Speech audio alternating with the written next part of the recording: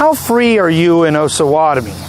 It's an interesting question, and it can be hard to answer because there are many ways that freedom can be visualized and expressed in people's lives.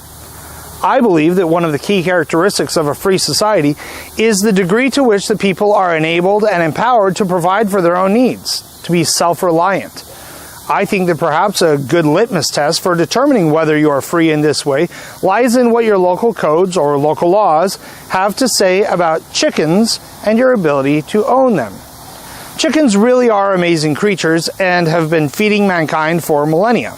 As a chef, I could go on and on about the amazing properties of eggs and all that can be done with them, but the most amazing thing about chickens is that even if you don't have much money or very much property to live on, a few laying chickens can provide your family with ample food and help you save money on your grocery bills. History has shown this to be particularly beneficial to the poor in a community who might struggle to afford more elegant choices, but who can take a significant step towards providing for their own needs by having a few chickens to supplement whatever else they might grow in a garden or be able to afford at a store. I began my own journey into owning chickens and providing for my own family's needs back in 2012 when, after having left the Air Force, I was attending culinary school and living in Sacramento, California. We were living on a tight budget, and chickens sounded to us like a good proposal. Well, we got 4 chickens. I built a simple but adequate coop in our backyard, and our little flock of chickens provided us with more than enough eggs to keep us fed and happy. Only a few short years later, we found ourselves living in the small town of Hanna, Wyoming, and wanting again to have some chickens for our family's use. Much to our surprise, however, we found that our small town, with a population of only 900 people, had strict regulations that limited the people's ability to have any kind of fowl at all for their own use, in so much as to make it nearly impossible to get the required permits, as well as prohibitively expensive to buy the required equipment. That experience led me to my first ever interaction with local government, and I banded together with other residents who similarly wished to be able to pursue their own self-reliance, and I helped to create what we called the Hanna Agricultural Resource Team, and with input from the group, I rewrote the city's fowl ordinance and presented it to the town council for a vote and passage.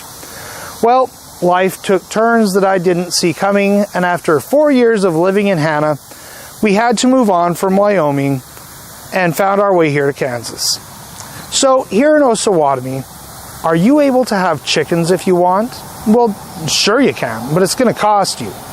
The initial fee for just being able to own chickens here is $250. Renewal afterwards is only $25, but even then, you've got the cost of the coop, and Osawatomie has even more strict requirements, not only for the construction of the coop, but where you can even place it, making it difficult, if not impossible, for people in the majority of the city to be able to have any chickens at all.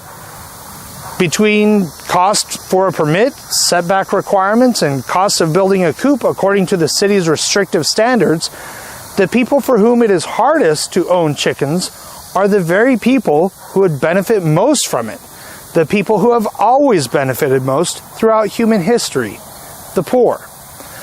So I ask you now what I asked the town council in Hanna, Wyoming. Why in the world was I more free in Sacramento, California than I am here? In what world should the small town of Osawatomie, Kansas ever be more restrictive and harder to pursue self-reliance in than it is in the much larger city of Sacramento, California, where I was free to own chickens, build my own coop without needing a building inspector to sign off on it, and had no fees at all to pay for any kind of license. At least in my opinion, small towns like Osawatomie should be beacons of liberty, not microcosms of control that give the most insane places in America a run for their money. I understand that not everyone in town is clamoring to own chickens, but like I said in the beginning, it's a litmus test of the attitude of the city toward the freedom of its residents. Is the city seeking to maximize your freedom or to draw restrictive lines and keep you inside of them? Thank you for watching. Please write in Oliver Tanner for Mayor of Osawatomie.